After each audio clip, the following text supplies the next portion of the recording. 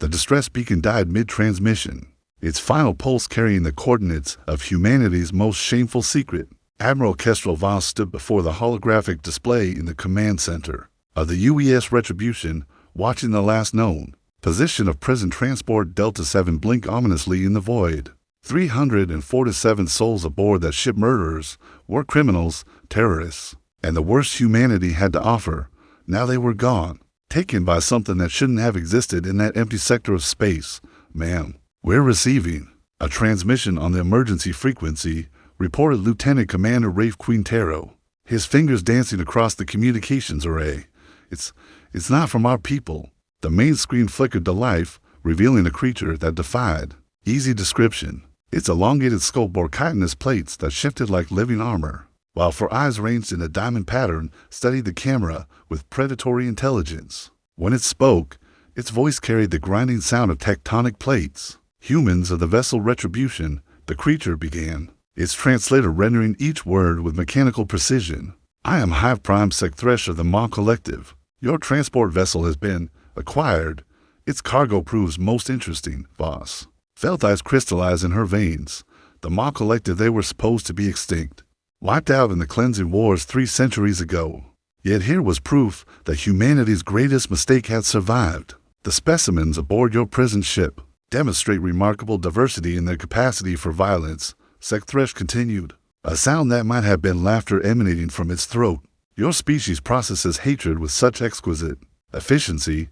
These individuals will serve as excellent breeding stock for our warrior castes. The transmission cut to grainy footage from Delta 7 security cameras. Voss watched in horror as insectoid creatures herded human prisoners through corridors slick with some kind of organic secretion.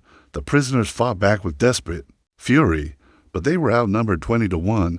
They're taking them to the breeding chambers, whispered Dr. Lysander Pike, the ship's xenobiologist.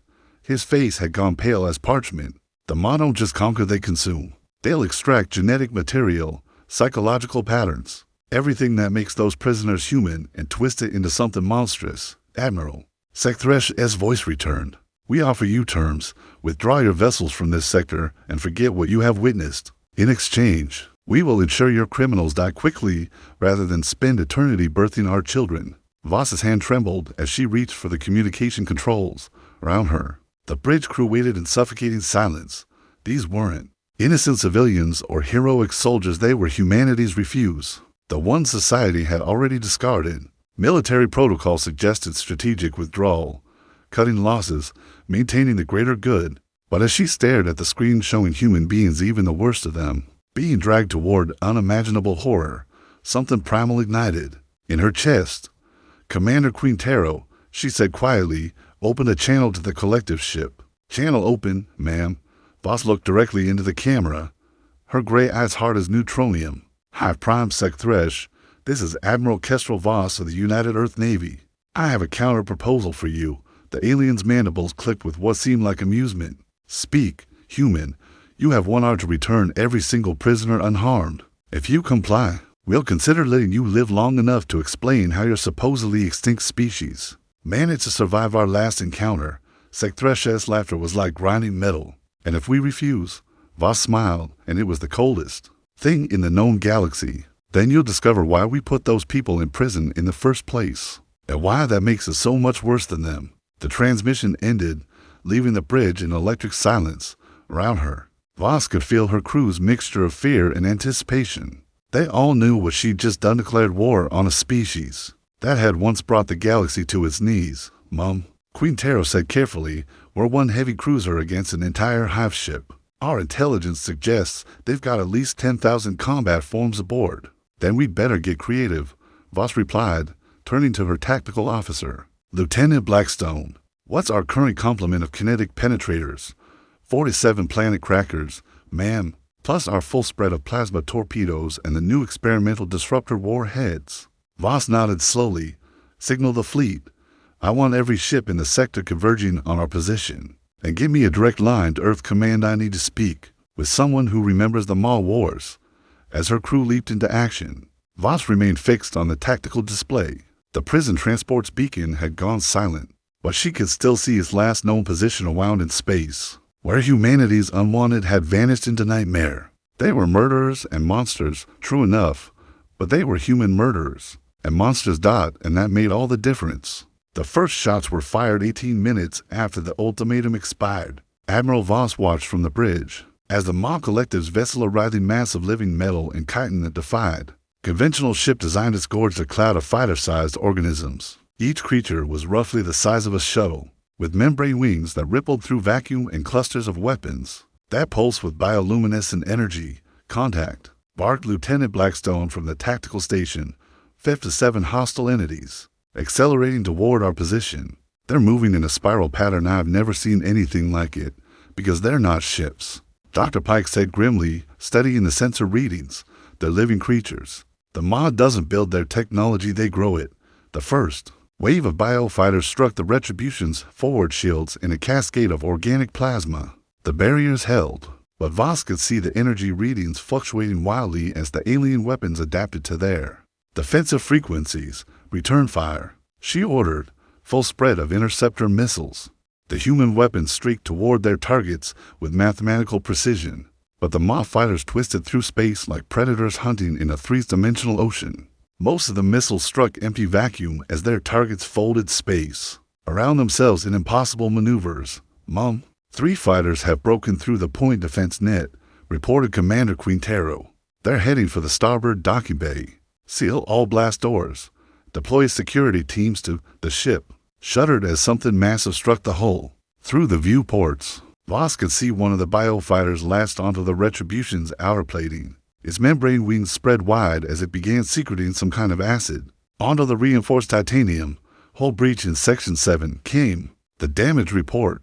They're burning through the outer plating, sir. I'm reading life signs inside that fighter, Pike said, his voice tight with realization. It's not just a weapon, it's a troop transport. The hull gave way with a sound like screaming metal.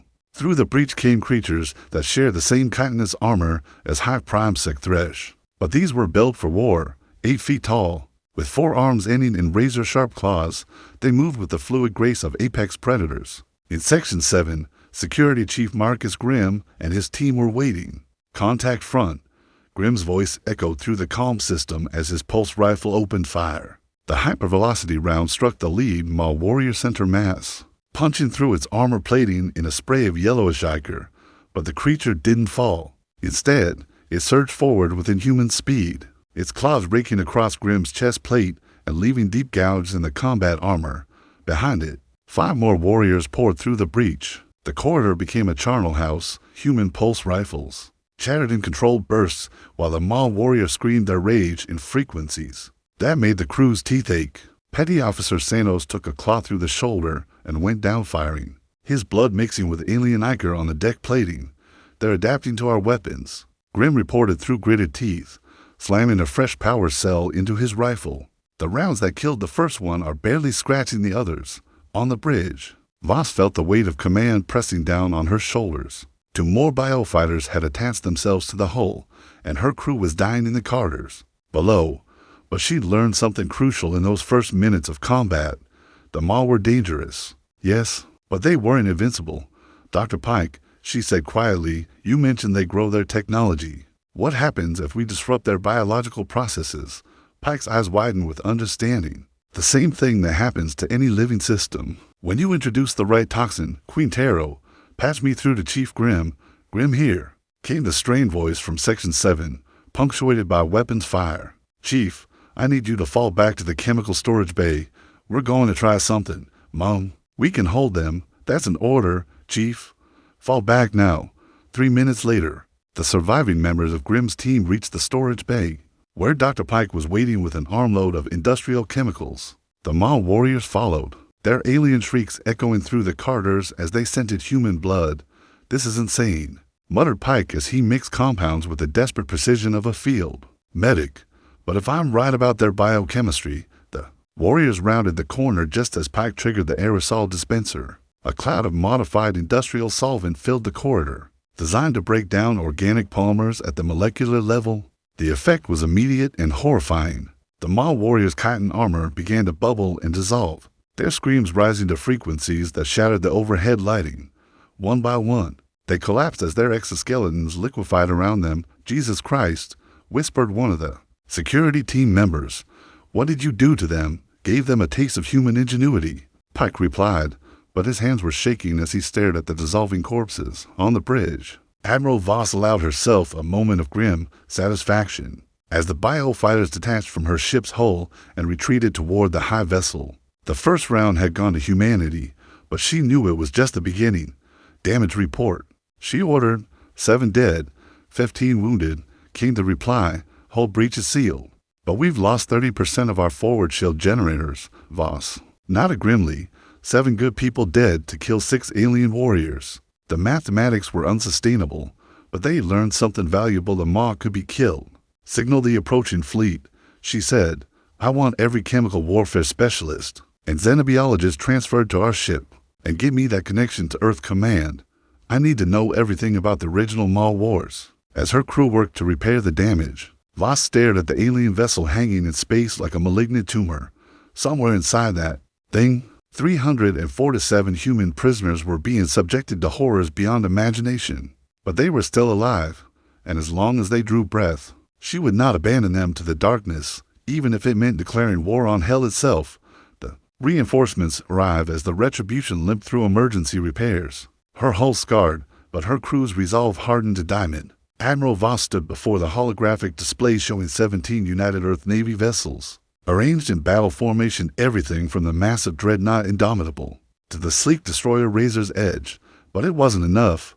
The Maw half ship had begun to change. Sir, the hostile vessel is growing, reported Lieutenant Blackstone, his voice tight with disbelief. Mass has increased by 30% in the last hour. We're detecting massive internal restructuring. Dr. Pike had been studying the sensor data for hours, his usually composed demeanor cracking under the weight of what he was seeing. They're not just holding our prisoners, he said quietly. They're using them. The Maw don't just breed warriors, they consume genetic material and psychological patterns to create specialized combat forms. English. Doctor, Voss said sharply. They're turning our criminals into weapons, Admiral. Every murderer, every psychopath, every killer we had on that transport is being transformed into something designed specifically to fight humans. They know our tactics, our weaknesses, our fears because they used to be us. The implications hit the bridge crew like a physical blow. Captain Helena Thorne of the Indomitable appeared on the communication screen, her weathered face grim. Admiral, we've got movement on the hive ship. Launching platforms are extending from the main hull. Through the viewports, they could see the alien vessel surface rippling like disturbed water. Dozens of launch bays were opening, each one disgorging clouds of the biofighters they'd encountered before, but these were different, sleeker, more aggressive, moving with tactical precision that spoke of human intelligence trapped in alien flesh. Fleet formation Delta, Voss ordered. All ships, prepare for. The attack came without warning. The hybrid biofighters moved in perfect coordination, exploiting gaps in the human formation with surgical precision. They knew exactly where to strike, which systems to target, how to maximize casualties while minimizing their own losses. Captain Thorne's Indomitable took the brunt of the assault.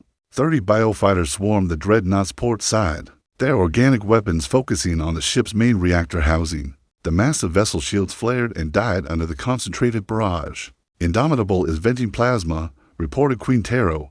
They've lost main power and are drifting. Sir, we're receiving a transmission from the hive ship, added the communications officer. The screen filled with High Prime Secthresh's nightmare visage, but now he wasn't alone.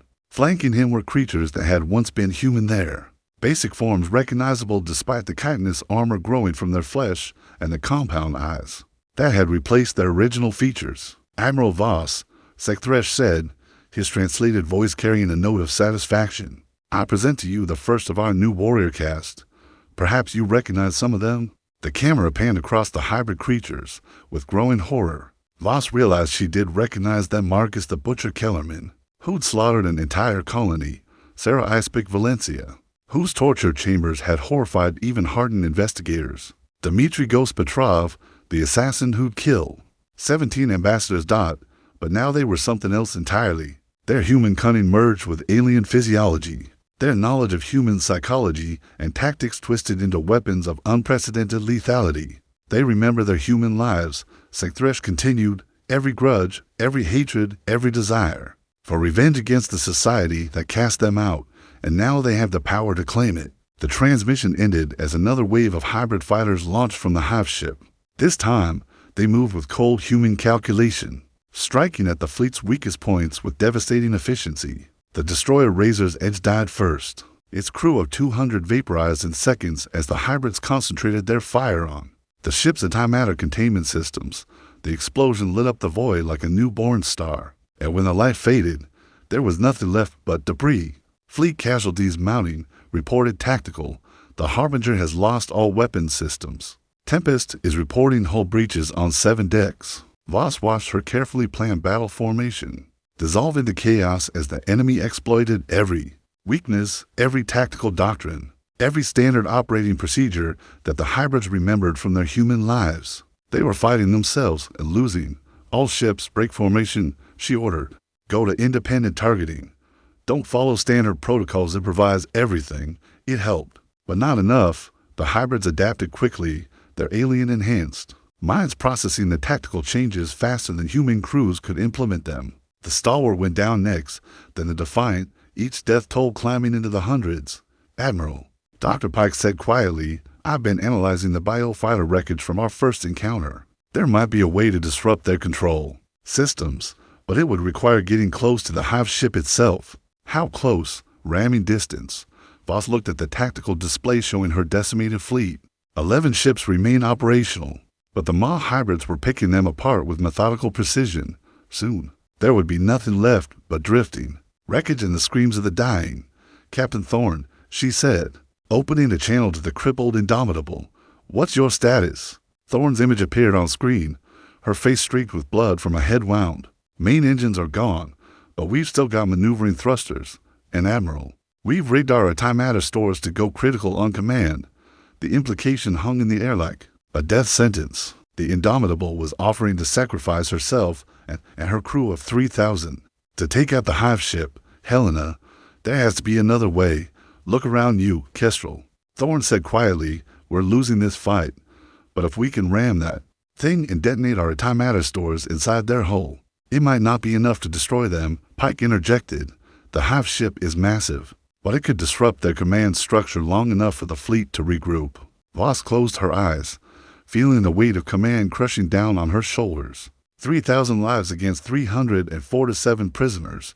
The mathematics were clear, but the moral calculus was anything but simple. Do it, she said finally, on the screen. Captain Thorne smiled, an expression of grim satisfaction mixed with profound sadness. It's been an honor serving with you, Admiral. Give them hell. The Indomitable began its final approach, using its remaining maneuvering thrusters to vector toward the hive ship's main hull. The hybrid fighters swarmed around the massive dreadnought, their weapons carving deep furrows in its armor, but they couldn't stop its momentum. Impact in 30 seconds, reported Tactical. Voss watched her oldest friend guide 3,000 souls toward their deaths, and made a promise to herself, if they survived this, if they somehow managed to rescue those prisoners, she would make sure the galaxy remembered what it cost.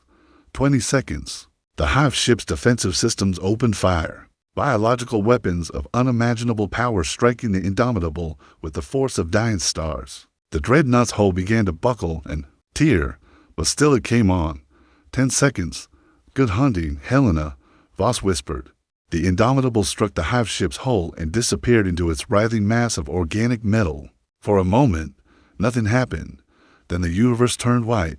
The antimatter detonation tore through the hive ship's hull like a cancer, consuming biometal and chitinous armor in a sphere of annihilation that expanded for 12 seconds, before burning itself out. When the light faded, the alien vessel hung crippled in space, its surface scarred with a wound that exposed kilometers of internal structure. But it was still alive. Admiral Voss stared at the tactical display, her mind reeling from the loss of the Indomitable and its crew. The sacrifice had damaged the hive ship severely, but not enough. Even now, she could see the alien vessel's wounds beginning to close as its living hull regenerated around the destruction. Sir, Lieutenant Blackstone reported, his voice hollow with exhaustion. We're detecting massive internal activity in the hostile vessel. They're launching something. Through the viewports, they could see shapes emerging from the hive ship's torn hull, not the sleek biofighters they'd encountered before, but something far worse. These creatures were larger, more heavily armored. and they moved with the cold precision of apex predators. My God, Dr. Pike whispered, studying the sensor readings. They're not just hybrids anymore. There's something entirely new. The transmission from Hive Prime Sekthresh came through on all frequencies, his chitinous face appearing on every screen in the human fleet. But now he looked different, wounded, enraged, and desperate. Your sacrifice has cost us greatly, Admiral Voss, the alien leader said, his translated voice carrying harmonics of pain. But it has also taught us the true nature of human desperation. You are willing to die for the weakest among you, even those your own society has discarded. The camera pulled back to reveal the interior of the Hive ship's command center. What? Voss saw there made her blood freeze in her veins. The human prisoners were still alive, but they had been changed. Their bodies were encased in organic growth chambers, their faces visible through translucent membranes as alien machinery, fed directly into their nervous systems. We have learned much from your criminals, Sekthresh continued, their hatred, their cunning, their capacity for violence. But we have also learned something far more valuable, their memories of human weakness. One of the growth chambers opened, and what emerged was a nightmare fusion of human and alien biology. The creature retained enough human features to be recognizable as Marcus the Butcher Kellerman, but his body had been rebuilt into something designed for maximum lethality, for arms ending in molecular sharp claws, sensory organs that could detect heat and electromagnetic emissions, and worst of all, the cold intelligence of a human psychopath, backed by alien biotechnology. Behold the apex warriors, Sekthresh said with satisfaction. Your criminals have volunteered to become the instruments of humanity's destruction. They remember every military base, every defensive strategy, every weakness in your species' armor, and they have chosen to share this knowledge with us. The transmission cut to external cameras showing the new creatures launching themselves from the Hive ship. Unlike the previous biofighters, these moved with individual purpose, each one a strategic weapon aimed at specific targets in the human fleet. All ships, evasive maneuvers, Voss ordered, but she knew it was futile. The apex warriors moved through space as a vacuum itself bent to their will, covering impossible distances in seconds. The first one struck the cruiser Vengeful amidships, its claws tearing through the hull plating like paper, but instead of seeking the bridge or engineering sections, it went straight for the ship's personnel quarters. The creature that had once been Kellerman knew exactly where to find the most civilians to slaughter. Vengeful is reporting massive casualties, Queen Taro said, his voice tight with horror. They're not trying to disable the ship, they're hunting the crew. More apex warriors reached the human fleet, each one demonstrating intimate knowledge of ship layouts and crew procedures. They moved through the vessels like ghosts, appearing in sections that should have been secure, striking at targets that shouldn't have been accessible to external assault. Sir, we're receiving a priority transmission from Earth Command, the communications officer reported. Admiral Morrison wants to speak with you directly. The screen flickered to reveal Fleet Admiral James Morrison, a man whose reputation for cold tactical brilliance was matched only by his willingness to make the hard choices. His weathered face showed no emotion as he took in the tactical situation. Admiral Voss, he said without preamble, you are hereby ordered to withdraw all remaining vessels to minimum safe distance and prepare for Directive Omega. The bridge fell silent. Everyone in the fleet knew what Directive Omega meant: the complete sterilization of a star system to prevent contamination from spreading. It was the nuclear option, the final solution when no other choice remained. Sir, Voss said carefully, we still have 347 prisoners aboard that vessel. They're civilians, regardless of their crimes. They're no longer human, Admiral, Morrison replied coldly. The psychological profiles we've developed indicate that the transformation process is irreversible. Those individuals are now enemy combatants, and they possess detailed knowledge of our military capabilities. You're asking me to murder 300 people. I'm ordering you to save 300 billion, Morrison snapped. If those creatures reach human space with what they know, they won't just kill our criminals, they'll genocide our entire species. Voss looked around her bridge at the faces of her crew. She saw fear there. Yes, but also determination.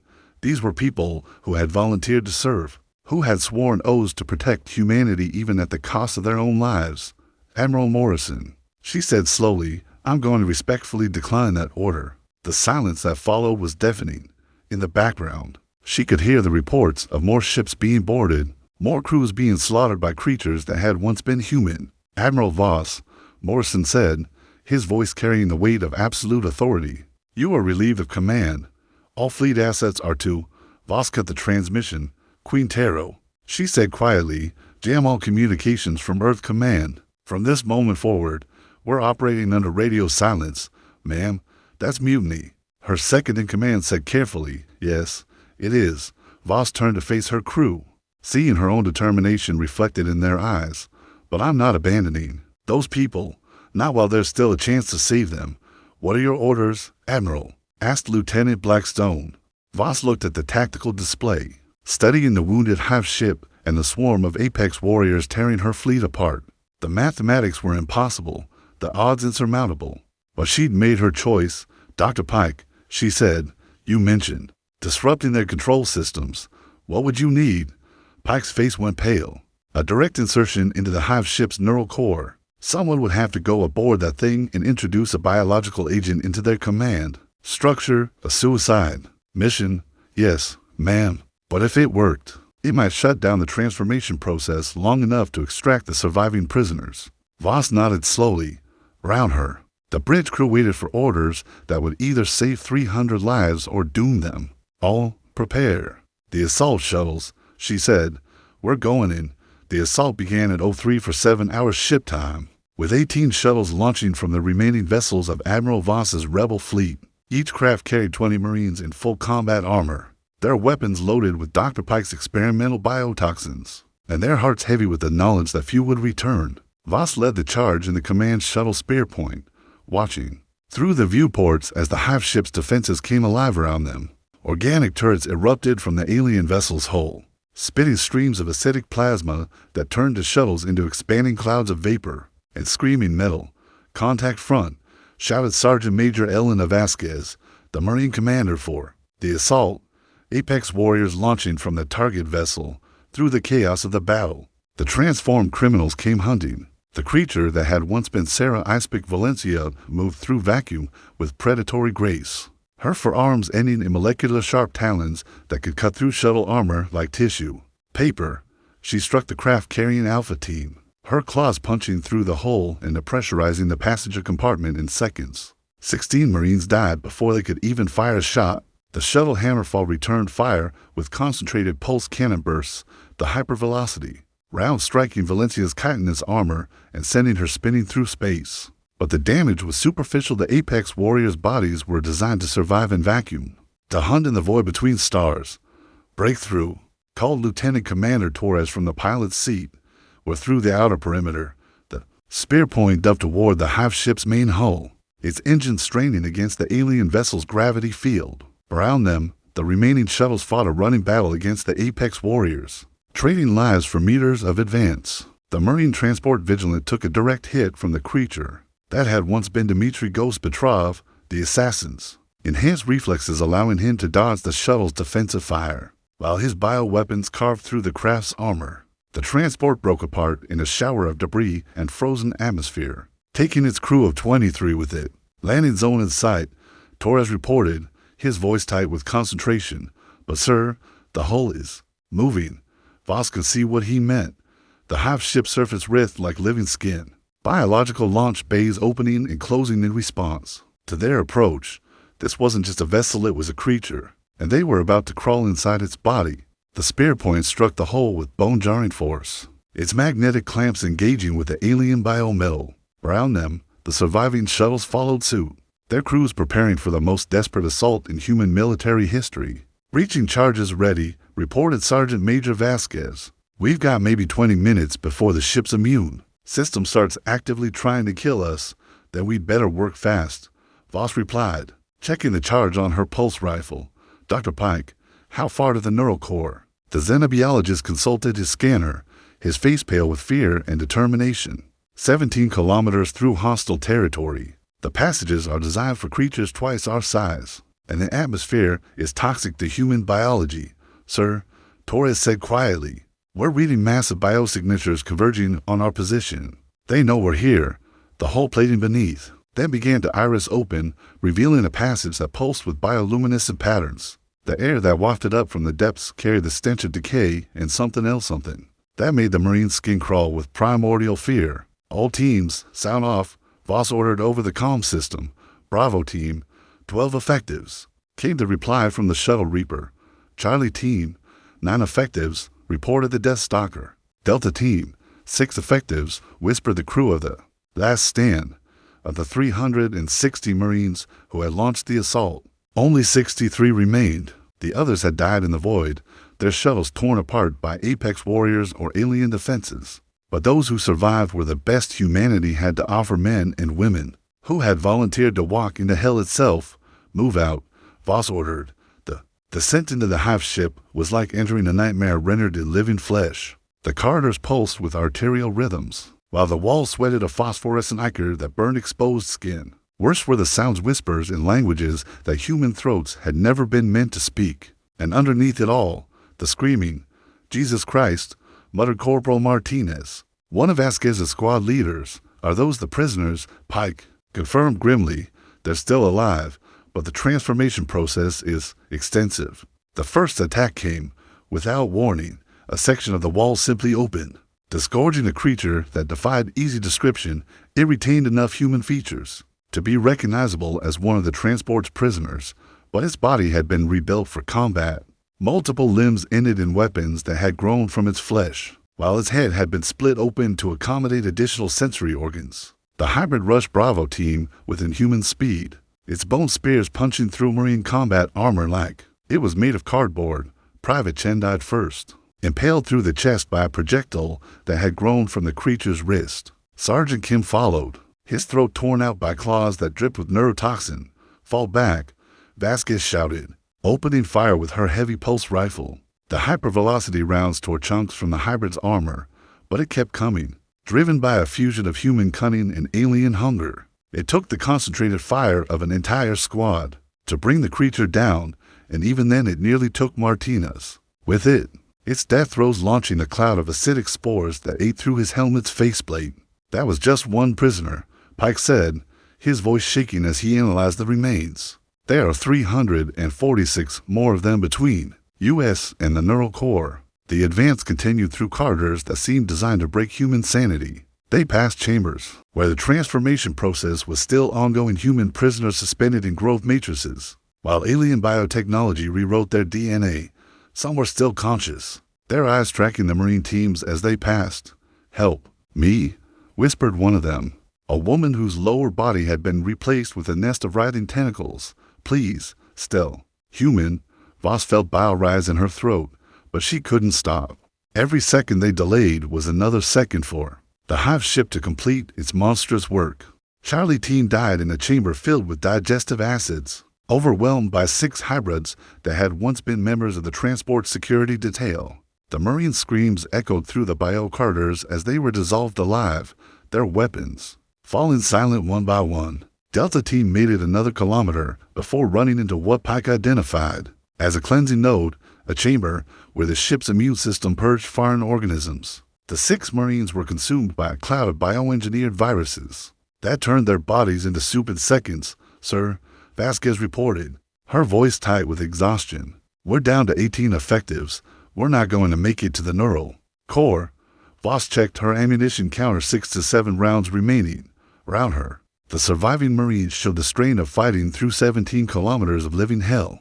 Their armor was scarred by acid burns, their faces gone with exhaustion and horror. "We keep going," she said firmly. "Those people are counting on us." "Admiral," Pike said quietly, "I've been monitoring the biosignatures ahead. The neural core is heavily defended by at least 30 Apex warriors. Even if we reach it, we won't survive long enough to deploy the toxin." Voss was about to respond when the corridor ahead exploded into motion. A massive form emerged from what had appeared to be solid walls, something that had once been human, but now stood 12 feet tall, its body a fusion of muscle, bone, and alien biotechnology. Well, the creature said, its voice a harmonious blend of human speech and alien harmonics. "Admiral Kestrel Voss, I remember you from the files." The thing that spoke had once been Vincent the Professor Kellara, a serial killer whose intelligence had made him one of the most dangerous prisoners on the transport. Now that brilliant mind was backed by alien enhancements that made him a strategic weapon of unprecedented lethality. "You remember me," Voss said, raising her weapon. "Good." Then you remember why they called me the Butcher of Proxima Station. Kelara's laugh was like breaking glass. Oh, Admiral, you still think in such limited terms. We are no longer your prisoners. We are no longer even human. We are evolution itself. And we are going to remake your species in our image. The battle that followed was unlike anything in human military experience. Kelara moved with impossible speed, his enhanced reflexes allowing him to dodge pulse rifle fire, while his bioweapons carved through Marine armor like butter. Private Walsh died first, his head separated from his shoulders by claws that hummed with molecular vibration. Corporal Santos followed, impaled by bone spears that erupted from the creature's chest. But the Marines of the UEN were not ordinary soldiers. They were volunteers who had sworn to protect humanity's future, and they fought with the desperate courage of the doomed. Sergeant Major Vasquez emptied her heavy pulse rifle into Kelara's torso, the hypervelocity rounds punching through his armor and sending him staggering backward. Now, she shouted, hit him with everything. The remaining Marines opened fire in a coordinated barrage, their weapons creating a storm of hypervelocity death that tore chunks from Kelara's enhanced form. But even as he died, the creature was laughing. Too late, he gasped, his transformed blood pooling on the biometal floor. The final phase has already begun. Your fleet, your homeworld, all of it will burn. As if summoned by his words, the ship around them began to change. The corridor walls rippled and shifted, revealing hidden passages that disgorged dozens of hybrid creatures. These weren't the crude transformations they'd encountered before. These were perfected warriors. Their human intelligence merged seamlessly with alien lethality. Move, Voss shouted. But there was nowhere to run. The Marines formed a defensive circle, their weapons blazing as the hybrids closed in from all sides. The last stand of Bravo Team lasted exactly for minutes and 37 seconds. They died as they had lived fighting for something greater than themselves, settling their lives for seconds that might allow their admiral to complete the mission. When the shooting stopped, only 3 figures remained standing in the blood-soaked corridor: Admiral Voss, Dr. Pike, and Sergeant Major Vasquez. Their armor was shredded, their weapons nearly empty, and ahead of them lay 8 more kilometers of hostile territory. Sir, Vasquez said quietly, checking her ammunition, I've got maybe 30 rounds left. Pike's got his biotoxin, but we need to reach the neural core to deploy it. Voss looked at the tactical display on her wrist scanner. The neural core was close, now so close she could feel the ship's alien heartbeat thrumming through the deck plating. But between them and their target stood an army of creatures that had once been human. Elena, she said, using the sergeant major's first name for the first time, I need you to get Pike to that neural core. Whatever it takes. Vasquez understood immediately. And you, ma'am? Voss smiled, and it was the expression of a woman who had made her peace with death. I'm going to buy you time. Those hybrids want revenge on the society that imprisoned them. Let them try to take it from me personally. She handed Pike her sidearm and checked the charge on her pulse rifle. 43 rounds, enough to make her last stand count. It's been an honor serving with you both, she said quietly. Then Admiral Kestrel Voss, the Butcher of Proxima Station, walked into the darkness to face the monsters that humanity had created.